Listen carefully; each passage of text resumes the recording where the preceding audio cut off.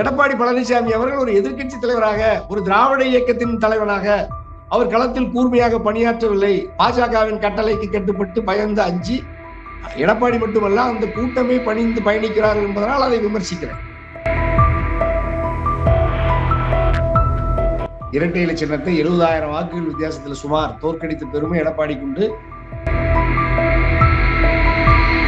2021 சட்டமன்ற பொதுத் தேர்தலில் எடப்பாடி ஆட்சியை இழப்பார்னு சொன்ன முதல் ஆள் தனியரசு தான். திராவிட முன்னேற்ற கழகம் தனி பெரும்பான்மையோட ஆட்சிக்கு வரும் சொன்னது தனியரசு தான்.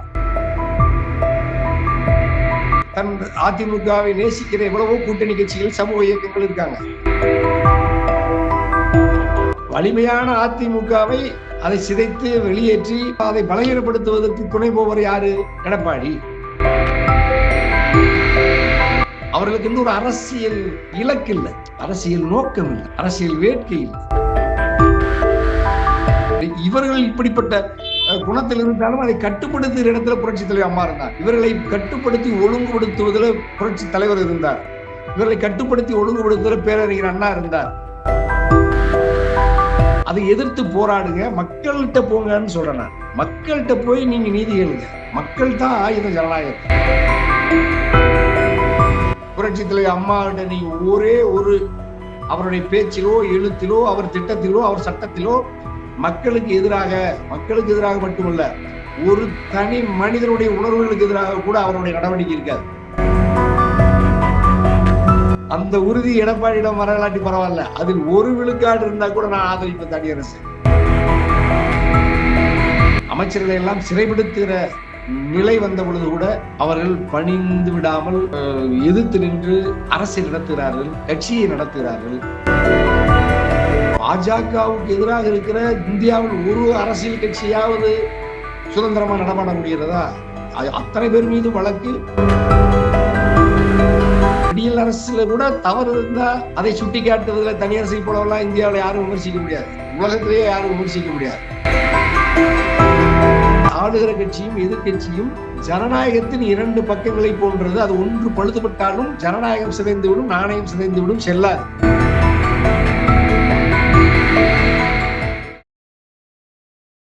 வீட்டமிழ் பார்வையாளருக்கு வணக்கம். இன்று நாம் சந்திக்கவிருக்கும் சிறப்பு விருந்தினர் தமிழ்நாடு கொங்கு இளைஞரணி தலைவர் மற்றும் முன்னாள் சட்டமன்ற உறுப்பினர் திரு தனியரசு அவர்கள். வணக்கம் சார். வணக்கம். வீட்டமிழ் நேயர்களுக்கும் நிறைய இருக்கு வணக்கம். பலதரப்பட்ட அரசியல் சூழ்நிலைகள் மாநிலத்திலும் சரி, மத்தியிலும் சரி. இப்ப இந்த சூழ்நிலையில எடப்பாடி அவர்கள் பொதுக்குழு கூட்டியிருக்காரு, அதிமுக பொதுக்குழு. அதுவும் அவர் முதல் முறையா பொதுச் செயலாளர் தேர்ந்தெடுத்த பொதுக்குழு. இதை எப்படி பாக்குறீங்க? ஒரு அரசியல் கட்சி ஒரு ஜனநாயகத்தன்மை அல்லது அந்த கட்சியினுடைய கடந்த கால நடவடிக்கைகள், எதிர்கால நடவடிக்கைகள் குறித்து ஆய்வு செய்து தீர்மானங்களை இயற்றுவது, அதை தீர்மானங்களுக்கு ஆதரவை பெறுவது, அதை நாட்டு மக்களுக்கு பிரகடனப்படுத்துவது ஜனநாயகத்தினுடைய அழகு. அந்த அளவுல ஒரு ஆகப்பெரும் தமிழ்நாட்டில் முதன்மையான அரசியல் கட்சி அண்ணா திராவிட முன்னேற்ற கழகம். அந்த கட்சி ஒரு திராவிட கருத்தியலை உள்வாங்கி அது தன்னுடைய அரசியல் பாதையை துவக்கிய கட்சி. அது நிறுவனர் புரட்சி தலைவர், சில சமரசங்களோடு புரட்சி தலைவி அம்மா அந்த பெரிய அளவுல கோட்பாட்டு சிதைவில்லாமல் இந்த கட்சியை அவர்கள் 50 ஆண்டு காலம் ஆட்சி அதிகாரத்துல பெருமளவு 30 ஆண்டுகளுக்கு மேல இருந்த ஒரு கட்சியாகவும் அதை வளர்த்தெடுத்தார். ஆனால் எடப்பாடியினுடைய இந்த பொதுக்குழு ஏற்கனவே நீங்க ஆசிரியா சொன்ன மாதிரி அது ஒரு தனித்து போட்டியாளர்களை எல்லாம் வெளியேற்றி விட்டு பொதுச் செயலராக மகுடம் சூட்டப்பட்டு நடைபெறுகிற முதல் பொதுக்குழுங்கிறதுனால அது இன்னும் வீரியமாயிருக்கும் அப்படின்னு நினைச்சோம். அது மட்டுமல்ல, அவருடைய அரசியல் வாழ்க்கையை துவக்கி அவருக்கு எல்லா வகையிலும் அரணாக இருந்து பாதுகாப்பாக இருந்த பாஜகவையும் 2024 நாடாளுமன்ற தேர்தலிலே உறவில்லை என்று அவர் விலகி விட்டதாக அறிவித்து விட்டு நடைபெறுகிற பொதுக்குழுவாகவும் அந்த பொதுக்குழுங்கிறதுனால நாட்டு மக்கள் மத்தியில், அதாவது தமிழ்நாட்டு மக்கள் மத்தியிலும் தேசிய அளவிலையும் இந்த பொதுக்குழு ஒரு கவனத்தை ஈர்த்ததுங்கிறதுல நமக்கு யாருக்கும் மாற்று கருத்து இல்லை. சில வரலாற்று சிறப்புமிக்க பொதுக்குழுன்னா அவர்களே சொன்னாங்க, நம்ம யாரும் எதிர்பார்க்கல. அப்படி நம்ம எதிர்பார்த்த அளவுக்கு அதுல ஒரு வரலாற்று சிறப்புமிக்க பொதுக்குழுவாக இருந்து எடப்பாடி முதன்முறையாக தலைமையேற்று நடைபெறுகிற அந்த பொதுக்குழு 8 கோடி தமிழ்நாட்டு மக்களின் உணர்வுகளுக்கு அது ஒரு வடிகாலாக அவர் உணர்வுகளை வெளிப்படுத்துகிற தீர்மானங்கள் அதில் வரும்னு எதிர்பார்த்தோம். அப்படி எந்த தீர்மானமும் அதில் வரல. அல்லது தேசிய அளவில் 140 கோடி மக்கள் இந்தியா என்கின்ற மாபெரும் இந்த பெரும் தேசம், உலகத்தின் மிகப்பெரிய ஜனநாயக நாடு இந்தியா, இந்தியாவினுடைய ஜனநாயகத்துக்கு ஏற்பட்டிருக்கிற அச்சுறுத்தல் அல்லது மைய ஒன்றிய பாஜக அரசினுடைய அந்த ஆளுகிற முறை, அது எதிர்க்கட்சிகளை நசுக்குவதற்கு மைய விசாரணை முகமைகளை ஏவுவது, அதன் மூலமாக எதிர்க்கட்சிகள் எல்லாம் கடுமையான நெருக்கடிக்கு ஆளாக்கிவிட்டு அது தொடர்ந்து பாரிய அளவில் அதிகாரத்தை கைப்பற்றுகிறது என்கிற அந்த போக்கில் மீது எடப்பாடி அல்லது அதிமுகவுக்கு பார்வை, அதன் மீது பொதுக்குழு எடுக்கிற தீர்மானம் இதெல்லாம் நம்ம எதிர்பார்த்தா அப்படி எல்லாம் எதுவுமே நடக்காம வெறும் சடங்கு, ஒரு சம்பிரதாய அளவுல எடப்பாடியினுடைய அந்த தீர்மானமும் ஆளுகிற திராவிட முன்னேற்ற கழக அரசுக்கு கண்டனத்தை தெரிவிக்கிற தீர்மானங்களாகவும், எடப்பாடி புகழ்ந்து பாராட்டுகிற ஒரு தீர்மானமாகவும் அது ஒரு ஒரு ஒரு ஒரு சடங்காக நடந்து முடிந்த பொதுக்குழுவாதாயா நான் பாக்குறேன். அப்படித்தான் அரசியல் அவதானிகள் பாக்குறாங்க. அந்த பொதுக்குழுவினால் எடப்பாடிக்கு வலிமை கூடியிருக்கிறதா என்றால் அரசியலாளர்கள் மத்தியில், அறிவுஜீவிகள் மத்தியில், விமர்சகர்கள் மத்தியில், அரசியல் திறனாய்வாளர்கள் மத்தியில், அண்ணா திராவிட முன்னேற்ற கழகத்தினர் மத்தியிலே கூட அது ஒரு நம்பிக்கையை ஊட்டவில்லை, அது ஒரு உத்வேகத்தை தரவில்லை, அது ஒரு மகிழ்ச்சியை தரவில்லை என்கிறதுனால அது ஒரு பாஜகவினுடைய பொதுக்குழுவாக அதை பார்க்கிறார்களே அல்லாமல் அது அதிமுக என்கிற திராவிட கட்சியின் பொதுக்குழுவாக அந்த பொதுக்குழு இயங்கவில்லைங்கிற வருத்தம், வேதனை நாட்டு மக்களுக்கு இருப்பதை போலவே தனியரசுக்கு உண்டு. உங்களோட பயணம் 10 ஆண்டுகள் பயணம் அதிமுக, அம்மா இருக்கிற காலகட்டத்திலிருந்து இப்போ வர, இப்போ இந்த பிரிவினை வந்தது இல்லையா, உங்களை அதிமுகவில் ஒரு பிரிவினை, பெரிய பிரிவினை, ஓபிஎஸ்ஆ இருக்கட்டும், ஏபிஎஸ்ஆ இருக்கட்டும், உங்களோட வழி யாரை நோக்கி பயணம் மேற்கொள்ள போகுது இனிமே? நான் எப்பவுமே மக்களின் வழியில தான் பயணிப்பேன். தனியரசுக்கு என்று ஒரு தனித்த அரசியல் கோட்பாடு, கொள்கை, சிந்தனை அது வலிமையாக உள்வாங்கி கொண்டு களத்தில் இருக்கிறது. அது பகுத்தறிவு, ஜனநாயகம், மக்களாட்சி தத்துவத்திற்கு அது வலிமை சேர்ப்பது. இதன் மீதான ஒரு வலிமையான நம்பிக்கையோட தான் நாம் தனியரசு இதை பற்றி நின்று பயணிப்பது. பாசிசத்துக்கு எதிராக, சர்வாதிகாரத்துக்கு எதிராக, மதம் அல்லது சாதியின் பெயரால் மக்களை பிரித்து ஒரு சிறுபான்மை மக்களை ஒடுக்குவதற்கு பெரும்பான்மை மக்களை அணி சேர்ப்பது, இந்த கருத்தியலில் தனியரசுக்கு உடன்பாடு இல்லை. ஆகவே தனியரசினுடைய பார்வை மானுடத்தின் அமைதியான நல்வாழ்வு குறித்த பார்வைதான் தனியரசுக்கு உண்டு. அந்த அடிப்படையில் தனியரசு அண்ணா திராவிட முன்னேற்ற கழகத்தை அது ஒரு திராவிட பேர் இயக்கமாக மானுட சமூகத்தினுடைய அறிவு வளர்ச்சிக்கான திறவுகோலாக தந்தை பெரியாரால், பேரறிஞர் அண்ணாவால், அவர் இதயக்கணி என்று வர்ணித்த புரட்சி தலைவரால், சில சமரசங்களோடு புரட்சி தலைவி அம்மாவால் வழி நடத்தப்பட்ட அந்த கட்சியில் 10 ஆண்டு காலம், நீங்க நெறியாளரைய சொன்ன மாதிரியே 10 ஆண்டுகள் நான் இறுக்கமாக நம்பி மகிழ்வோடு பயணித்த காலம் அது. அதுல புரட்சி தலைவர் அம்மாவுடைய மறைவுக்கு பிறகும் கூட எடப்பாடியை அதிமுகவினுடைய புரட்சி தலைவர் அம்மா உருவாக்கிய அரசு என்பதனாலேயே, அம்மா என் மீது வைத்திருந்த நம்பிக்கைக்காகவே எடப்பாடி சில முரண்பாடுகளோடு அரசை பாஜகவோடு உறவுக்காக சில சமரசங்களோடு அவர் பயணித்த பொழுது கூட அது அம்மா அரசு என்பதனால் அந்த அரசின் கடைசி நிமிடத்து வரை அதிமுக காரர்களை விட அதிகமாக அதை நேசித்து பாதுகாத்த தனியரசு தான். ஆனால் இப்பொழுது அது அம்மாவுடைய மறைவுக்கு பிறகு ஓபிஎஸ் அண்ணன் சின்னம்மா அவர்கள் வெளியேற்றப்பட்டார்கள். எடப்பாடியால் அவர்கள் துரோகத்தால் அவர்கள் சின்னம்மா அவர்கள் கட்சி விட்டே வெளியேற்றி அவரை பலகீனப்படுத்தினார் எடப்பாடி. பிறகு டிடிவி வெளியேற்றினார். பிறகு மிக பாரிய அளவில் சம அதிகாரத்தோடு 4.5 ஆண்டு காலம் அரசிலும் கட்சியிலும் பயணித்த அண்ணன் ஓபிஎஸ் அவர்களையும் மிக இலகுவாக பொதுக்குழுவை ஜூலைல 11 கூட்டி வெளியேற்றி விட்டார். அப்ப இது 3-4 அணிகளாக சிதறி கிடக்கிறது. ஒரு பெரும் துண்டு, பெரும்பான்மை எண்ணிக்கை ஜனநாயகத்துல ஏற்கப்பட வேண்டிய ஒன்றுங்கிறதுனால இயற்கைப்படி எடப்பாடி பொதுக்குழுவில் கட்சியை தன்வசப்படுத்தி கொண்டார். அது நீதிமன்றங்களும் அவருடைய விருப்பத்தை, அவருடைய அந்த பொதுக்குழுவை ஏற்று அங்கீகரித்திருக்கிறது. அதற்கே கூட பாஜக மறைமுகமாக துணை நின்றுகிறது என்ற பார்வை இருக்கிறது. ஏனென்றால் எடப்பாடியினுடைய அரசியல் எதிரி இந்த கேள்வி முன்வைக்கிறது காரணம் இந்த காரணத்துக்காக தான். எதனாலன்னா, இப்போ இபிஎஸ் தெளிவா சொல்லிட்டாரு, சனாதனம் கூட பயணம் கிடையாது, அதாவது பாஜக கூட கூட்டணி கிடையாதுன்னு வெளிப்படையா சொல்லிட்டாரு. இப்போ இபிஎஸ் பக்கம் பாத்தீங்கன்னா ஒரு பாஜக உறவுல இருக்கேன் அப்படின்னு சொல்றாரு. அப்படி இருக்க தன்னியரசு எப்படி பயணம் மேற்கொண்ட அந்த கேள்வி வந்து சனாதனத்தை நோக்கி பயணம் செய்ய போறாரா, இல்லை சனாதனத்தை எதிர்த்து பயணம் செய்ய போறாரா, அரசியல் சூழல்ல எப்படி பயணிக்க போறாரு? இல்ல இல்ல சனாதனமா ஜனநாயகமாங்கிறது அந்த அடிப்படையில தனியரசுடைய பார்வையில தனியரசு எடப்பாடியிடம் அண்ணா திராவிட முன்னேற்ற கழகத்தினுடைய முழு அதிகாரமும் அவரிடம் இருக்கிறது. அவர்களை வெளியேற்றி நம்பிக்கை துரோகத்தால், சூழ்ச்சியால், வஞ்சகத்தால் சின்னம்மா, டிடிவி, ஓபிஎஸ் வெளியேற்றப்பட்டிருக்கிறார். எடப்பாடி வலிமை பெறுவதற்கும் நீங்க சொல்ற சனாதனம் பாஜக தான் காரணம். இவர்கள் பலகீனப்பட்டு வெளியேற்றப்பட்டு இப்பொழுது தனித்து நிற்பதற்கும் பாஜக தான் காரணம். ஆகவே பாதிக்கப்பட்ட அண்ணா திராவிட முன்னேற்ற கழகத்தில் தன்னுடைய உரிமையை இழந்து தனித்து நிற்கிற இவர்களை நான் ஒரு பரிவோடு ஏற்கனவே நான் இவர்கள் கரம் பற்றி கூட்டணியில் பயணித்த அந்த நட்பு, அந்த நன்றிக்காக பாதிக்கப்பட்ட இவர்களின் பக்கம் தனியரசு நிற்கிறேன். சரி, பாதிப்புக்கு ஆளாக்கிய எடப்பாடி எதன் அடிப்படையில் இந்த கட்சியை வழிநடத்துகிறார் என்று பார்த்தால், இவர் அண்ணா திராவிட முன்னேற்ற கழகத்தினுடைய அடிப்படை கோட்பாட்டுகளுக்கு எதிராக கட்சி வழிநடத்துகிறார். கோட்பாட்டு எதிரியோடு கரம் பற்றி கொண்டு, அதாவது திராவிடம் ஆரியம் அந்த புரிதலில் இவர் ஆரியத்தின் பக்கம் அல்லது பாஜக இந்துத்துவ பக்கம் நின்று கொண்டு இவர்கள் கரம் பற்றி அரசியலை நகர்த்த முயற்சிக்கிறார். இவ்வளவு பெரிய திராவிட கட்சியை அவர்களிடம் கரம் பற்றி நேச சக்தியாக இவர் உருமாற்றுகிறார் அதிமுகவை. அதுதான் தமிழ் சமூகத்துக்கு பேரிழப்பு, திராவிட சமூகத்துக்கு பேரிழப்பு, அண்ணா திராவிட முன்னேற்ற கழகத்திற்கு அது பெரிய இழப்பு. அது 8 கோடி தமிழ்நாட்டு மக்களுக்கு பேரிழப்பு என்பதனால் தனியரசு எடப்பாடியின் மீது இந்த விமர்சனத்தை வைக்கிறேன். தனிப்பட்ட முறையில் எடப்பாடிக்கும் தனியரசுக்கும் எந்த பகையும் இல்லை.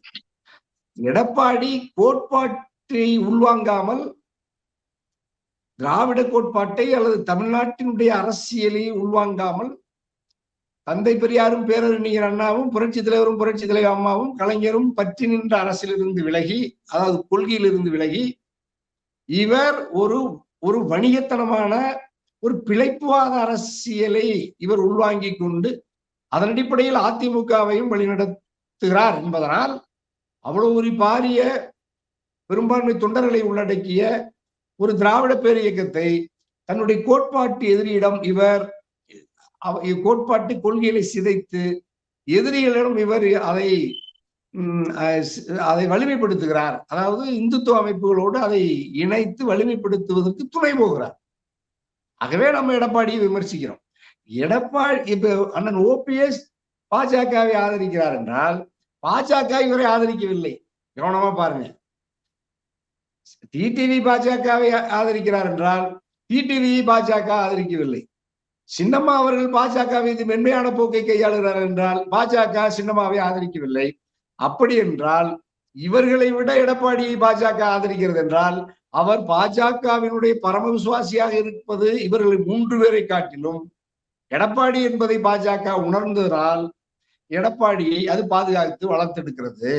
ஆகவே நாங்கள் எடப்பாடியை கடுமையாக கூர்மையாக மக்களின் நலன் கருதி பல 100 ஆண்டுகள் தென்னிந்திய நலச்சங்கத்திலிருந்து, நீதி கட்சியிலிருந்து, சுயமரியாதை இயக்கத்திலிருந்து, திராவிடர் கழகத்திலிருந்து அது கட்டி காத்து வளர்த்த ஒரு மாபெரும் அரசியல் பாரம்பரியத்தை எடப்பாடி அதை கூறு கூறாக துண்டு துண்டாக சிதைத்து 4 ஆண்டு கால ஆட்சி காலத்திலும் ஆட்சியை இழந்த பிறகும் இந்த 3 ஆண்டுகளில் அவர் கட்சியை வீரியத்தோடு கொள்கை உரத்தை பாய்ச்சாமல், கோட்பாட்டு தத்துவத்தை விதைக்காமல், அவரும் உள்வாங்காமல் ஒரு பிழைப்புவாத அதிகாரத்தை கைப்பற்றுவதற்காக இந்தியா என்கின்ற பெருநாட்டினுடைய சுதந்திரம், ஜனநாயகம், மக்களாட்சி, குடியரசு குறித்த பார்வை அல்லது அதனுடைய பற்றுறுதி இல்லாமல் இவர் ஒரு கோட்பாட்டு எதிரியோடு ஜனநாயகத்துக்கு எதிரான ஒரு பெரும்பான்மை மதவாத கருத்தை உள்வாங்கி கொண்டு ஜனநாயக விழுமியங்களை எல்லாம் தகர்த்தெறிகிற ஒரு சித்தாந்த கோட்பாட்டு இயக்கத்தோடு இவர் நட்பு பாராட்டி, உறவு பாராட்டி, அது நடத்துகிற அரசோடு கரம் பற்றி கொண்டு ஜனநாயக சக்திகளை வீழ்த்துவதற்கு துணை நிற்கிறார் என்பதனால் எடப்பாடியை விமர்சிக்கிறோம். நாங்கள் எடப்பாடி மீது தனிப்பட்ட விருப்பு இல்லை, பாஜகவின் மீது முழுவதும் எங்களுக்கு தனிப்பட்ட விருப்பு இல்லை. அது கொண்டிருக்கிற கொள்கை அது மனித குலத்திற்கு எதிரானது, அது ஜனநாயகத்துக்கு எதிரானது. பல 100 ஆண்டுகள் கோடிக்கணக்கான மக்கள் ரத்தம் சிந்தி மிகப்பெரிய தியாகத்தை செய்து பெற்று தந்ததுதான் இந்த இப்பொழுது மக்கள் அனுபவித்து வருகிற இந்த நவீன ஜனநாயகம் இருக்கிறது அல்லவா, சுதந்திரம் இருக்கிறது அல்லவா, இந்த மக்களாட்சி பாராளுமன்ற ஜனநாயக முறை அமைவு இருக்கிறது அல்லவா, இந்த சட்டத்தின் ஆட்சி இருக்கிறது அல்லவா. இவைகளெல்லாம் தாம்பூலத்தில் பட்டு கம்பளத்தில் கைமாற்றப்பட்டதல்ல. மனிதனுடைய லட்சக்கணக்கான கோடிக்கணக்கான மக்களினுடைய உயிரையும் ரத்தத்தையும் சிந்தி இந்த பாராளுமன்றம் வடிவம் பெற்றிருக்கிறது. இந்த சுதந்திரம் மக்களுக்கு கை வந்து சேர்ந்திருக்கிறது. இதற்கு ஆபத்து வந்துவிடும் என்கின்ற ஆதகத்தில் ஒரு ஜனநாயக குழந்தையாக தனி அரசு கதறுகிறேன். அது எடப்பாடிக்கு வர வேண்டும் என்று நான் விரும்புகிறேன். எடப்பாடியிடம் இல்லாத பொழுது எடப்பாடியை விமர்சிக்கிறேன். இல்ல, அவர் குறிப்பிடார் இல்லையா, அண்ணா வழியில் தான் நாங்க போறோம், அண்ணா வழியிலும் எம்ஜிஆர் வழியிலும் ஜெயலலிதா வழியிலும் தான் நாங்க பயணிக்கிறோம், இதுல எந்த ஒரு மாறுபட்ட கருத்தும் குறிப்பிடாரு. அப்படின்னா அண்ணா வழி என்னன்னு சொல்லுங்க. அண்ணா வழி என்ன, ஆரியத்தின் வழி என்ன? திராவிடத்திற்கும் ஆரியத்திற்கும் எனக்கு அந்த பொருளுக்கு எனக்கு விளக்கம் தெரியாது. அது இதிகாசம், அது அறிஞர்களை வைத்து ஆய்வு செய்ய வேண்டிய ஒன்று, எனக்கு தெரியாதுன்னு சொன்ன பிறகு இவர் அண்ணா குறித்து அவர்கள் வழியில் நடக்கிறேன்னு சொன்னார்னா ஒன்றை சொல்லுங்க, நீங்க சொல்லுங்க. இபிஎஸோட அதிமுக அணி அண்ணா கொள்கையில பின்பற்றலன்னு சொல்ல வரீங்களா? அது எம்ஜிஆரோட கொள்கையை பின்பற்றல வரலன்னு சொல்றீங்களா? இல்ல, அது ஆர்எஸ்எஸ் கொள்கையை பின்பற்றுகிறார். அண்ணாவுக்கு எதிராக இருக்கிறார், அவர் ஆர்எஸ்எஸ்க்கு ஆதரவாக இருக்கிறார். ஆர்எஸ்எஸ்ஸின் கோட்பாட்டை உள்வாங்கி கொண்டு அதை வழிநடத்துகிற அல்லது அதை நடைமுறைப்படுத்துகிற இடத்தில் அதிமுகவை நகர்த்துவதற்கு பாஜகவின் கருவியாக அவர் செயல்படுகிறார். பாஜகவின் கருவியாக எடப்பாடி செயல்படுகிறாருங்கிறதுனாலதான் நம்ம விமர்சிக்கிறோம். தனிப்பட்ட நமக்கு எடப்பாடி மேல நமக்கு எது இல்லை. அது எடப்பாடிக்கு தெரியும், தங்கமணி வேலுமணி போன்ற அங்க இருக்கிற முன்னணி நிர்வாகிகளுக்கு தெரியும். ஆனால் அவருக்கு நாட்டு மக்களின் நலன் முக்கியம் இல்லை, அவர் தங்களுடைய நலனை முக்கியம் என்று கருதுகிறார். ஆனா புரட்சி தலைவர் அம்மா அப்படி கருதல. உயிர் போகும் என்றாலும், வழக்கில் சிறை தண்டனை வரும் என்றாலும், அதிகாரம் அவர்களிடம் குவிந்து கிடப்பதனால் அவர்களிடம் வளைந்து மக்களின் உரிமைகளை அவர் பறிகொடுக்கவில்லை. திராவிட அடிப்படை கருத்துக்களை அவர் சிதைப்பதற்கு துணை போகவில்லை புரட்சி தலைவர் அம்மா. உயிர் போகும் என்றாலும், சிறை என்றாலும் சமரசம் இல்லாமல் உயிர் போகிற வரை போராடிய மகத்தான தலைவி. அந்த கட்சிக்கு விசுவாசமாக இருந்தார். 1.5 கோடி தொண்டர்களுக்கு விசுவாசமாக இருந்தார் புரட்சி தலைவி அம்மா. 8 கோடி தமிழ்நாட்டு மக்களின் நலன்களுக்காக துணை இருந்தார் புரட்சி தலைவி அம்மா. இந்தியாவினுடைய 140 கோடி மக்களுக்கு துணையாக இருந்தார். உலக மானுட சமூகத்துக்கு வழிகாட்டியாக இருந்த மிகச்சிறந்த ஜனநாயகவாதி புரட்சி தலைவி அம்மா. நீங்கள் குறிப்பிட்ட அந்த 10 ஆண்டு கால ஆட்சியில் தனி அரசு 2011 அம்மாவோடு கரம் பற்றி அரசியல் பயணத்தை அரசு பயணத்திலும் அரசியலில் இணைந்து பயணிக்கிற காலத்திலிருந்து புரட்சி தலைவர் அம்மா மரணித்த அந்த 2016 அந்த டிசம்பர் 5 வரை புரட்சி தலைவர் அம்மாவிட நீங்க ஒரே ஒரு அவருடைய பேச்சிலோ எழுத்திலோ அவர் திட்டத்திலோ அவர் சட்டத்திலோ மக்களுக்கு எதிராக மட்டுமல்ல, ஒரு தனி மனிதனுடைய உணர்வுகளுக்கு எதிராக கூட அவருடைய நடவடிக்கை இருக்காது. அந்த காலத்துல தனியரசு புரட்சி தலைவர் அம்மா அவர்களை தத்துவ ரீதியாக ஒரு ஆட்சித்துறை அதிகாரத்தில் அவர் மக்கள் உணர்வுகளுக்கு மதிப்பளித்து அவர் கொண்டு வந்த சட்டத்தை அணுவணுவாக அருகாமையில் இருந்து பார்த்தவர். அவர் வெறும் சமூக நல திட்டத்தை மட்டும் அறிவிக்கல, தமிழ்நாடு சட்டமன்ற பேரவையில் வரலாற்று சிறப்பு மிக்க தீர்மானங்களை கொண்டு வந்தார். கச்சத்தீவு மீட்பென்றாலும், காவிரி முல்லை பெரியார் ஆற்றின் உரிமை தீர்மானங்கள் என்றாலும், 7 தமிழர் பேரறிவாளர் நளினி உள்ளிட்ட 7 தமிழர்களுடைய விடுதலை ஆனாலும், ஈழத் தமிழர்களுக்கு ராஜபக்சேவை போர்க்குற்றவாளியாக அறிவிக்க வேண்டும் என்கின்ற தீர்மானம் என்றாலும், ஈழத் தமிழர்களினுடைய நிரந்தர விடுதலைக்கும் அவர்களுடைய காப்புக்கும் தனியிடம்தான் தீர்வு என்கின்ற தீர்மானத்தை எல்லாம் இந்தியாவில் எந்த சட்டமன்றத்திலும் நிறைவேற்ற முடியாத தீர்மானங்களை கொண்டு வந்த இரும்பு பெண்மணி. நாட்டு மக்களின் பேரன்பையும் ஆதரவையும் பெற்று எவரிடத்திலும் அஞ்சாமல் மக்கள் நலனுக்காக சட்டத்திற்குட்பட்டு கடமையாற்றிய புரட்சி தலைவர் அம்மா. அந்த அதிமுகவோடு தனியரசு கரம் பற்றி பயணித்த தனியரசு. அந்த உறுதி எடப்பாடியிடம் வரலாட்டி பரவாயில்ல, அதில் ஒரு விழுக்காடு இருந்தா கூட நான் ஆதரிப்பேன் தனியரசு. இந்த நேரத்துல ஒரு கேள்வி, முக்கியமான கேள்வி. இப்போ இந்த நடந்து முடிந்த பொதுக்குழுவில் பல தீர்மானங்களை நிறைவேற்றினாங்க. கிட்டத்தட்ட 23 தீர்மானங்கள் திமுகவை எதிர்த்து தான் தீர்மானங்கள் நிறைவேற்றப்பட்டது. இப்படி இருக்கும்போது பாஜக விமர்சித்தோ அல்லது அந்த கூட்டணி பிரிவை பத்தியோ அங்க பொதுக்குழுல எதுவும் பேசப்படலை. இந்த சூழல் நீங்க இப்ப திமுக ஆட்சி நடந்திருக்கும் போது 3 ஆண்டு கால ஆட்சியை பத்தி நீங்க என்ன நினைக்கிறீங்க? மக்கள் பார்வை என்ன, எப்படி இருக்கு? திமுக தளபதியுடைய அரசு, முதல்வர் அவர் விரும்பி மக்களுக்கு எதிராக கொண்டு வந்த ஒரே ஒரு சட்டத்தை சொல்லுங்க. எந்த சட்டமும், எந்த அரசாணையும் இல்லை. அவர் மக்களின் உணர்வுகளுக்கு மதிப்பளிக்கிறார். திராவிட முன்னேற்ற கழகத்தினுடைய அடிப்படை கொள்கைகளையும் கோட்பாட்டையும் பாதுகாக்க நினைக்கிறார். அது இடைக்காலத்தில் சிதைந்து அது பலகீனப்பட்டிருக்கிறதையெல்லாம் நாங்க மிகுந்த ஆதகத்தோடு அவர்கள் மீது கடுமையான விமர்சனத்தையும் ஆரோக்கியமான விவாதத்தையும் விமர்சனங்களையும் நாங்க முன்வைத்திருக்கிறோம். சட்டமன்றத்துக்குள்ள வச்சிருக்கிறோம், சட்டமன்றத்துக்கு வெளியில் வச்சிருக்கிறேன். தமிழ்நாடு கும்பி இளைஞர் பேரவை என்கிற அரசியல் எங்களுடைய இயக்கத்தின் வழியாக நான் தனி அரசு பல மேடைகள்ல பேசியிருக்கேன். எங்களுடைய நட்பு சகோதர இயக்கங்களோடு அதை பத்தி விவாதிச்சிருக்கிறோம்.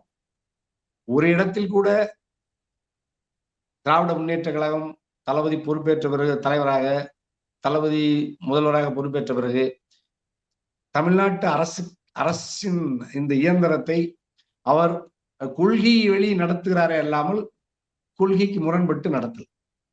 இன்னும் சொல்ல போனா மைய ஒன்றிய பாஜக அரசு, மோடி அரசு மிக கடுமையான அச்சுறுத்தலை தந்த பொழுதும் அமைச்சர்களின் மீது அது சோதனைகளை ஏவுகிறது. கட்சியினுடைய பாரிய முன்னணி தலைவர்கள் எல்லாம், அவருடைய தொழில் நிறுவனங்கள் எல்லாம், கல்வி நிறுவனங்கள் எல்லாம் மிக கடுமையான சோதனைக்கு உள்ளாக்கப்பட்டு அமைச்சர்களை எல்லாம் சிறைப்படுத்துகிற நிலை வந்த பொழுது கூட அவர்கள் பணிந்து விடாமல் எதிர்த்து நின்று அரசை நடத்துகிறார்கள், கட்சியை நடத்துகிறார்கள். அதுவா நம்ம இந்த நேரத்துல இவர்களை நாம் பாதுகாக்க வேண்டிய பொறுப்பும் கடமையும் மக்களுக்கு இருக்கிறது. ஆகவே தனி அரசு, நான் ஒரு ஆரோக்கியமான சூழ்நிலையில் இந்த ஜனநாயகத்துக்கு வந்திருக்கிற அச்சுறுத்தல், நான் வெறும் திமுகவை மட்டும் இந்த பார்வையில் வைக்கல. நான் தேச யாதவ்ங்கிற ஒரு சின்ன தம்பி, நல்லு பிரச்சாரத்தி யாதவனுடைய அன்பு புதல்வன், பீகார் மாநிலத்தினுடைய துணை முதலமைச்சருக்கு கூட சம்மன் தொடர்ந்து அனுப்பப்படுகிறது. எந்த நேரத்திலும் கைது செய்யப்பட்டு சிறைப்படுத்தப்படலாம். ஏற்கனவே அந்த குடும்பமே சிறைப்பட்டு, லல்லுவோ அவருடைய தாயாரும் எல்லாம் சிறைப்பட்டு கடுமையான நெருக்கடிக்கும் நோயிலையும் ஆளாகி கிடக்குறாங்க. அது மாதிரி நீங்க மணீஷ் சிசோடியா டெல்லியில துணை முதலமைச்சர் ஆண்டு கணக்கில் சிறையில் இருக்கிறார். அரவிந்த் கெஜ்ரிவாலையே எந்த நேரம் கைது செய்யலான்னு சொல்றாங்க. பாஜகவுக்கு எதிராக இருக்கிற இந்தியாவில் ஒரு அரசியல் கட்சியாவது சுதந்திரமா நடமாட முடிகிறதா? அத்தனை பேர் மீது வழக்கு. சட்டமன்ற உறுப்பினர்கள், நாடாளுமன்ற உறுப்பினர்கள், முன்னாள் அமைச்சர்கள், இன்னாள் அமைச்சர்கள், முதலமைச்சர்கள், மேற்கு வங்காளத்துல மம்தா பானர்ஜியுடைய எம்பி வரைக்கும், பதவி நீக்கம் வரைக்கும் எவ்வளவு கடுமையான நடவடிக்கைகள் எடுக்கிறாங்க. ஆம் ஆத்மியில துவங்கி, அது நீங்க மகாராஷ்டிரா சிவசேனாவில துவங்கி, சஞ்சய் ராவத்துல இருந்து மேற்கு வங்காளத்துல துவங்கி, நீங்க இப்ப ராஷ்டிரிய சமிதின்னு சொல்லி இருந்த ஆர்ஜேடியில இருந்து இப்ப அவரு பிஆர்எஸ், அந்த நம்ம சந்திரசேகர வரைக்கும் அவருடைய மகள் வரைக்கும் நகர்த்துறாங்க. கேரளாவில் கூட நடத்துறாங்க. ஆளுநர்கள் கடுமையான போக்க ஒரு பேரல் கவர்மெண்ட், ஒரு துணை அரசாங்கம் நடத்துறாங்க. இதையெல்லாம் நம்ம கடுமையா நம்ம நாட்டு நலன்கிறது, நம்ம இதுல இது மாதிரி ஒரு ரீஜனல் பொலிட்டிக்கல் பார்ட்டிய, ஒரு பிராந்திய அரசியல் கட்சியில நம்ம இந்த நேரத்துல நீங்க அதை சிதைக்க நினைச்சா நீங்க எதிரியோடு கரம் பற்றி கொண்டதாகத்தான் அர்த்தம். ஒரு பாரிய ஆபத்து வருகிற பொழுது அதிலிருந்து பாதுகாத்துக் கொள்வதற்கு இவர்களை நான் தனி அரசு, ஒரு ஜனநாயக சக்தியாக, ஒரு இயக்கமாக திமுகவை நான் ஆதரிக்கிறேன், அதனுடைய அரசை ஆதரிக்கிறேன். இல்ல விடியல் அரசுன்னு ஒத்துக்கிறீங்க? இல்ல, அது அந்த வார்த்தைகள் விடியல் அரசெல்லாம் அது அவங்க அரசியலுக்கு வைத்த முழக்கம். அது அந்த புரோக்கர்கள், அந்த ஏஜென்ட்டுகள், அந்த சுனில் அல்லது வேற யாராவது சொல்லுவாங்க. அது சாதாரண மக்களுக்கான அதெல்லாம் நம்ம அப்படி பார்க்கல. அது விடியல் அரசா அல்லது விடியல் அரசுல கூட தவறு இருந்தா அதை சுட்டி காட்டுவதில் தனியரசை போலவெல்லாம் இந்தியாவில் யாரும் விமர்சிக்க முடியாது, உலகத்திலேயே யாரும் விமர்சிக்க முடியாது. அவர்கள் நல்லது செய்தால் பாராட்டுவதிலும் தனியரசை போல யாரும் பாராட்ட முடியாது. அது இந்த அரசா இருந்தால், மோடி அரசாக இருந்தா கூட நன்மை செய்தால் பாராட்டு. இந்தியாவில் 24 மணி நேரமும் சுதந்திரம், வணிக சுதந்திரம் இருக்கிறது. எப்பொழுது வேண்டுமானாலும் யார் வேண்டுமானாலும் அந்த தொழிலை நடத்துவதற்கு தடை இல்லைன்னு மோடி கொண்டு அந்த அரசாங்கத்தை தனி அரசு பாராட்டுறேன். பல சட்டங்களை, பல திட்டங்களை மோடி கொண்டு வந்திருக்கிறத பாராட்டுறோம். ஆனால் அது ஜனநாயக விழுமியங்களையும் எதிர்கட்சிகளையும் அழித்து ஒழிப்பது. கழகங்கள் இல்லாத அரசை தமிழ்நாட்டை உருவாக்குவோம்னா அப்ப எதிர்கட்சிகள் இல்லாத செய்யறது அவங்களுடைய முழக்கம். அதே மாதிரி காங்கிரஸ் இல்லாத இந்தியா, கம்யூனிஸ்ட் இல்லாத இந்தியான்னா அது என்னது? அது பாசிசத்தினுடைய முழக்கம். அது ஜனநாயகத்துல ஆளுகிற கட்சி எதிர்கட்சி இது ரெண்டும் தான் ஒரு நாணயத்தின் இரு பக்கங்களை போல அப்படின்னு புரட்சி தலைவர் அம்மா அறிஞர்களினுடைய மேற்கோள் காட்டி சட்டமன்ற பேரவையில் சொன்னாங்க. முதல்ல ஆட்சி பொறுப்புக்கு வந்த உடனே அவர்கள் எதிர்கட்சிகளின் மீது அவ்வளவு மரியாதை வச்சிருந்தாங்க. ஆளுகிற கட்சியும் எதிர்கட்சியும் ஜனநாயகத்தின் இரண்டு பக்கங்களை போன்றது. அது ஒன்று பழுதுபட்டாலும் ஜனநாயகம் சிதைந்துவிடும், நாணயம் சிதைந்துவிடும், செல்லாது. எவ்வளவு உயர்ந்த இடத்துல அம்மா இருந்தாங்கன்னு பாருங்க. அப்படி நாங்க அரசியலை அந்த அன்பு தாயிடம் அருகாமையில் இருந்து நுகர்ந்து ஏற்கனவே நாங்க ஒரு கருத்து இல்லாத நீயாது பொது உடைமை தத்துவ கருத்தை உலகத்துக்கு விதைத்த பாட்டாளி வர்க்கங்களினுடைய உரிமைகளுக்காக தத்துவத்தை தந்த பேராசான் காரல் மார்க்ஸ் பற்றி நின்று பயணிச்சோனாங்க. 2400 ஆண்டுகளுக்கு முன்பு ஏதென்ஸ் நகரத்துல குடியரசு, சாக்ரட்டிஸ், பிளேட்டோ, அரிஸ்டாட்டிலின் அரசியலை படித்து அரசியல் முதுகலையிலிருந்து அந்த அரசியலை நாங்கள் நுகர்ந்து படித்த தனியரசு. உலகத்தினுடைய பல்வேறு விடுதலை இயக்கங்கள், அது வியட்நாம் போராட்டமா இருக்கலாம், அல்லது செஞ்சேனத்தினுடைய போராட்டமா இருக்கலாம், அது பல்வேறு சின்ன சின்ன இயக்கங்கள், பல்வேறு கண்டங்களில் நடந்த போராட்டம், தனி மனித உரிமை பிரகடனம், பிரெஞ்சு பிரகடனம், ஒரு ரூசோ மாதிரியான தத்துவ ஞானிகள், இவைகளெல்லாம் நாங்க கற்றுணர்ந்து ஒரு நவீன அரசியல் சமூகத்தை உருவாக்குவதற்கு நாங்க களத்துக்கு வந்த ஒரு இளைய பிள்ளைகள், வளர்ந்து வருகிற இளம் ஜனநாயக இயக்கம் தான் தனியரசு, தமிழ்நாடு குங்கிளைஞர் பேரவை. அது தமிழ் மண்ணில் எங்களால் என்ற அரசியல் கடமையை நாங்கள் மக்களுக்கு அறிவு ஊட்டுகிறோம். இளைஞர்கள், மாணவர்கள், பொதுமக்கள், சாதிகளை கடந்து மதங்களை கடந்து மானுட சமூகத்தினுடைய அமைதிக்கும் வளர்ச்சிக்கும் நல்வாழ்வுக்கும் நாங்க கடமையாற்றுறோம். இதுல பெரிய கட்சிகள் ஏற்கனவே ஆளுகிற நிலையில் இருக்கிறாங்க. அவங்கள நாங்க ஆதரிக்க வேண்டிய இடத்துல ஆதரித்தும், எதிர்க்க வேண்டிய இடத்துல எதிர்க்கிற பொறுப்பும் எங்களுக்கு உண்டு. அந்த அடிப்படையில் திராவிட முன்னேற்ற கழக அரசை தனியரசு இப்போது நிலையில் நான் விமர்சிக்கிற அளவுக்கு அது தவறு ஒன்றும் செய்யவில்லை என்பதனால் திராவிட முன்னேற்ற கழகத்தையும் ஆதரிக்கிற வரவேற்கிறேன். அண்ணா திராவிட முன்னேற்ற எதிர்கட்சி தலைவராக எடப்பாடி பழனிசாமி அவர்கள் ஒரு எதிர்கட்சி தலைவராக, ஒரு திராவிட இயக்கத்தின் தலைவனாக அவர் களத்தில் கூர்மையாக பணியாற்றவில்லை. பாஜகவின் கட்டளைக்கு கட்டுப்பட்டு பயந்து அஞ்சி எடப்பாடி மட்டுமல்ல அந்த கூட்டமே பணிந்து பயணிக்கிறார்கள் என்பதனால் அதை விமர்சிக்கிறேன். இது நாட்டில் தனியரசு அந்த விமர்சனம் இல்ல. இப்ப இந்த பொதுக்குழுல ஒரு வார்த்தை சொல்லியிருக்காரு, இனிமே அதிமுக ஜெட் வேகத்துல பயணிக்கும் அப்படின்னு ஒரு குறிப்பிடுறாரு. வருகின்ற தேர்தல் எதுவாகினும் வெற்றி நமதே அப்படின்னு சொல்லியிருக்காரு. இல்ல, அது ஈரோடு கிழக்கு சட்டமன்ற தேர்தலையும் சொன்னார். இடைத்தேர்தலில் 67,000 வாக்குகளை கொங்கு நாட்டுல அவர் ஊருக்கு பக்கத்துல ஈரோடு கிழக்கு சட்டமன்ற தொகுதியில ஒரு சாதாரண காங்கிரஸ், ஒரு சாதாரண இந்தியா முழுக்க தொடர்ந்து தோற்று வருகிற கை சின்னத்திடம் இரட்டை இலை சின்னத்தை 70,000 வாக்குகள் வித்தியாசத்துல சுமார் தோற்கடித்த பெருமை எடப்பாடி கொண்டு, அது நீங்க சொன்ன மாதிரி எடப்பாடி அப்பொழுதும் ஈரோடு கிழக்குல வெற்றி வருவோம்னு எடப்பாடியும் அந்த கூட்டமும் சொன்னாங்க. மக்கள் நம்பல, ஏற்கல, எடப்பாடியை தோற்கடித்தார்கள். எடப்பாடி தோற்கடிக்கப்படுவார், அங்கு கை சின்னம் வெற்றி வரும் அப்படின்னு சொன்னதும் முதல்ல தனியரசு தான் சொன்னேன். 2021 சட்டமன்ற பொதுத் தேர்தலில் எடப்பாடி ஆட்சியை இழப்பார்னு சொன்ன முதல் ஆள் தனியரசு தான். திராவிட முன்னேற்ற கழகம் தனிப்பெரும்பான்மையோட ஆட்சிக்கு வரும்னு சொன்னது தனியரசு தான். நடந்து முடிந்த உள்ளாட்சி தேர்தலில் எல்லாம் 100 விழுக்காடு திமுக வெற்றியை பெறும், அதிமுக முழுமையாக தோற்கும் சொன்னதும் தனியரசு தான். சொன்னது அனைத்தும் நடந்துச்சு. தனியரசு சொல்லி எதுவும் பிழையா வரவே இல்லை. டிடிவி, இபிஏ, அதாவது ஓபிஎஸ், சின்னம்மா எல்லாம் ஒரு அணியில ஒன்றுபட்ட அதிமுகவை களத்துக்கு வந்தா கூட்டணியில் தன் அதிமுகவை நேசிக்கிற எவ்வளவோ கூட்டணி கட்சிகள், சமூக இயக்கங்கள் இருக்காங்க.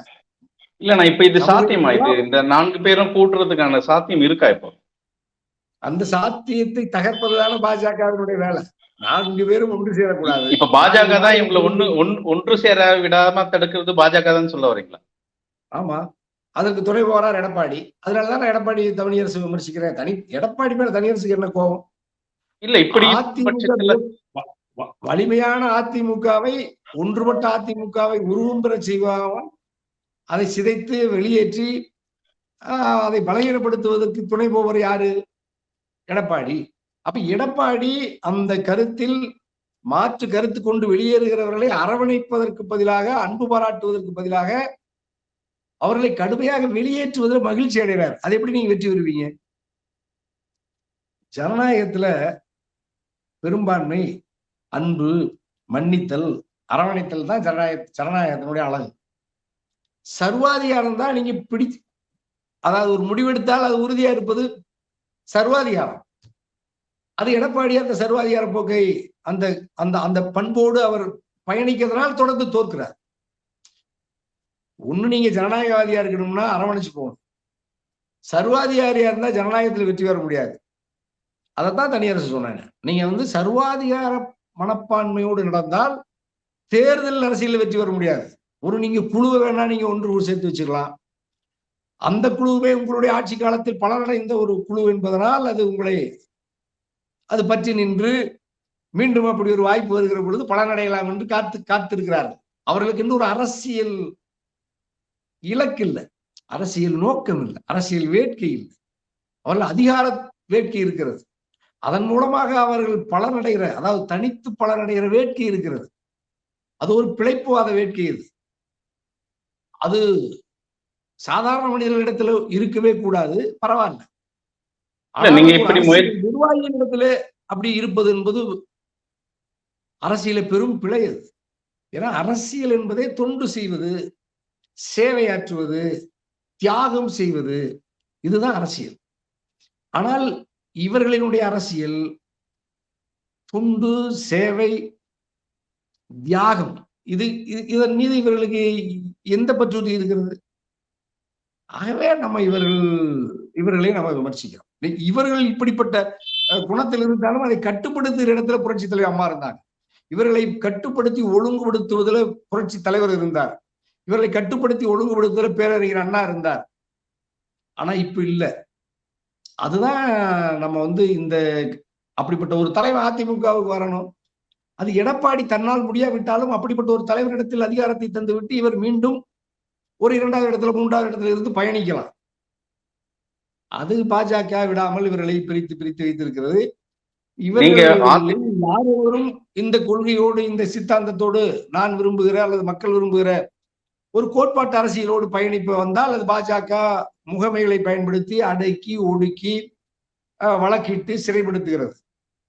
அது அதற்கு அஞ்சியே கொள்கைவாதிகள் அரசியல். நீங்க ஒன்றுபட்ட அதிமுகவை எதிர்பார்க்குறீங்க. ஆனா இப்ப முழுவதுமா அதிமுகவை கைப்பற்றிய இபிஎஸ் பத்தி நம்ம ஓபிஎஸ் அவர்கள் ஒரு வார்த்தை சொல்றாரு.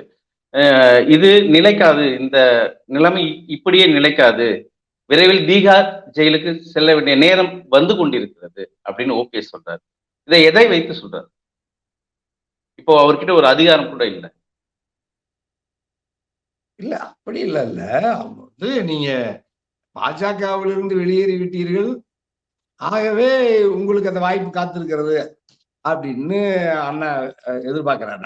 நான் நினைக்கிறேன் பாஜகவோடு அவர் முழுமையாக உண்மையாக உறவை துண்டித்துக் கொண்டால் அவருக்கு அப்படி ஒரு நிலைமை வரலாம்னு சில பேர் அவதானிக்கிறாங்க. நான் நினைக்கிறேன், நான் சொல்றேன், பாஜக வெறும் அரசியலுக்காக ஒருவரை பழியாக்கி அவர்களை ஒருத்தரை பலகீனப்படுத்துவதற்கு அது நடவடிக்கை எடுக்காது. தன்னுடைய கோட்பாட்டுக்கு எதிராக ஒருவன் சிந்திப்பான் என்றால் அது ஒழிச்சிடும். எடப்பாடி அரசியல் உறவை மட்டும்தான், தேர்தல் உறவை மட்டும்தான் துண்டிச்சுக்கிட்டுன்னு சொல்லிட்டு அமைதியா இருக்காரு. ஒரு வார்த்தை பாஜகவின் கொள்கைக்கு கோட்பாட்டுக்கு எதிராக எடப்பாடியை பேச சொல்லுங்க, அடுத்த ஒரு சில நிமிஷத்துல எடப்பாடி எங்க இருக்காருன்னு பாருங்க. அதுதான் அண்ணன் ஓபிஎஸ் அப்படி ஏதாவது ஒரு சூழ்நிலை வரும்னு நினைக்கிறார். நான் அண்ணன் ஓபிஎஸோ எடப்பாடியோ தங்கமணியோ வேலுமணியோ பொன்முடியோ சகோதரர் செந்தில் பாலாஜியோ தமிழ்நாட்டில் இருக்கிற வேற எந்த அரசியல்வாதிகளோ மத்திய புலனாய்வு முகமைகளுக்கு இப்படி இரையாகி சிறைப்படுவதை அல்லது இவர்களுக்குள் சண்டையிட்டு கொண்டு இவர்கள் இந்த ஒரு ஏதோ பிராணிகள் ஒரு பொருளை பங்கிட்டுக் கொள்வதற்காக இன்னொரு மிருகத்திடம் போய் அது முழுசாக அது தன் பசியாறி கொண்டு இவைகளை அழித்து விடுவதை போல இவர்கள் சண்டையிட்டு கொண்டு நீ திகார் சிறைக்கு போவ, நீ புழல் சிறைக்கு போவேன்னு சண்டையிட்டு கொண்டிருந்தால் இந்த பலனை அனுபவிப்பது ஒட்டுமொத்த திராவிட அல்லது இந்த திராவிட கருத்தியலுக்கே எதிரான கோட்பாட்டு எதிரி பாஜகவிடம் முழுமையாக இவர்கள் அனைவருமே தோற்று போய் விடுவார்கள் என்பதனால் திமுகவை எச்சரிக்கையா இருக்க சொல்றேன், அதிமுகவை எச்சரிக்கையா சொல்றேன். அதுல டிடிவியோ சின்னமாவோ ஓபிஎஸோ எல்லாரும் ஓரணியில் இருக்கணும். நமக்குள்ள கருத்து வேறுபாடுகளை மறக்கணும். நாட்டு நலன் கருதி, மக்கள் நலன் கருதி, நம்முடைய இந்த கட்சியை உருவாக்கிய தலைவர்களுடைய கனவை நனவாக்க கருத்து வேறுபாடுகளை மறந்துருங்க. எதிரியினுடைய அச்சுறுத்தலுக்கு அஞ்சு அடிபணியாதீங்க. அதை எதிர்த்து போராடுங்க. மக்கள்கிட்ட போங்கன்னு சொல்றேன் நான். மக்கள்கிட்ட போய் நீங்க நீதி கேளுங்க. மக்கள் தான் ஆயுதம் ஜனநாயகத்துல. மக்கள் தான் இறுதி எஜமானர்கள் ஜனநாயகத்துல. இவர்கள் மக்களிடம் செல்லாமல் அதிகாரத்தில் இருப்பவர்களுக்கு அஞ்சு அடிபணிவது மக்களுக்கு செய்யற துரோகம் அது. ஆகவே நம்ம ஆகவே நாம ஒன்றுபடணும்னு சொல்றோம். அந்த ஒன்றுபட்ட அதிமுகவை தனியரசு ஆதரிக்கிறேன்.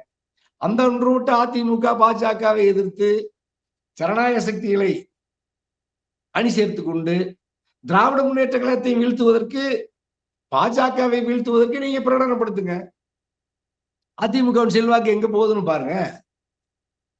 நான் சொல்ற இந்த அதிமுக திமுகவையும் பாஜகவையும் சம நேரத்தில் எதிர்த்து அரசியல் களத்துக்கு ஒன்றுபட்ட அதிமுக வருமானால், அல்லது இந்த அணிகளில் யார் ஒருவர் களத்துக்கு முன் வந்தாலும் அந்த கட்சி மக்கள் ஆதரிப்பார். அப்படித்தான் டிடிவி பாஜக நெருக்கடிக்கு ஆளான பொழுது, அவர் டெல்லி திகார் சிறைக்கு போன பொழுதும் ஆர்கே நகர்ல திமுக டெபாசிட் போய் அதிமுக தோற்று தப்பி தோடுகிற நிலைமைக்கு டிடிவியை மக்கள் ஆதரிச்சார்கள். சென்னையில தலைநகரத்தில் இந்தியாவே வியந்து பார்த்தது.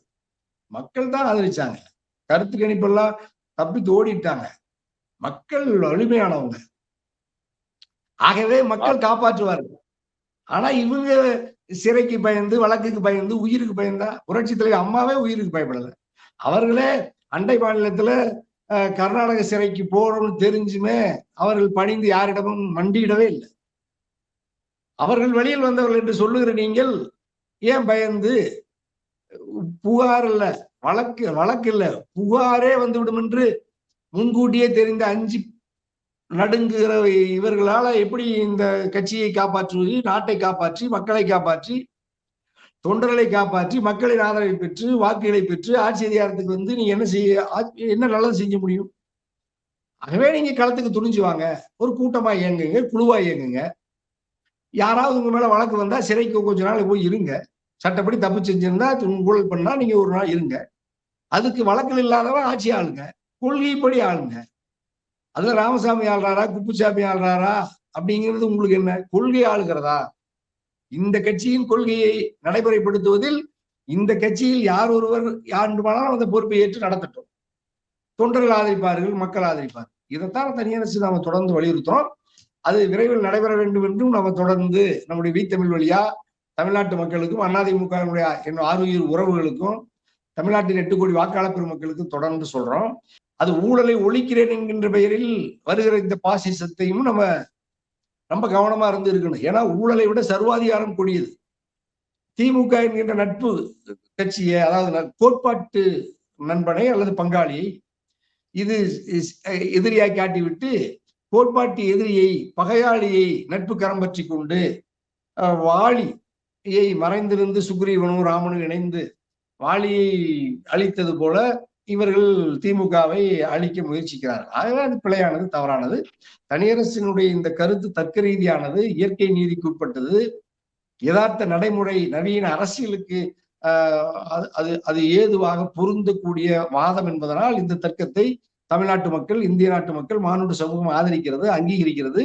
தனியரசு எதை பதிவு செய்கிறோனோ அதெல்லாம் நடைமுறையில் நடந்து கொண்டே வருகிறது. பார்ப்போம். காலம்தான் பதில் சொல்லணும் இருக்கலாம். வருகின்ற நாடாளுமன்ற தேர்தலை பொறுத்து தான் பார்க்கணும். உங்களோட ஒன்றுபட்ட அதிமுக இணைகிறதா இல்ல ஓபிஎஸ் இபிஎஸ் எப்படி பயணிக்க போறாங்கன்னு காலம் பதில் சொல்லும். உங்கள் நேரத்துக்கும் கருத்துக்கும் மிக்க நன்றி. மிக்க மகிழ்ச்சி. வீத்தமிழ் நேயர்களுக்கும் வீத்தமிழுக்கும் மிக்க மகிழ்ச்சி. அன்புக்கு நன்றி. வாழ்த்துக்கள். வணக்கம்.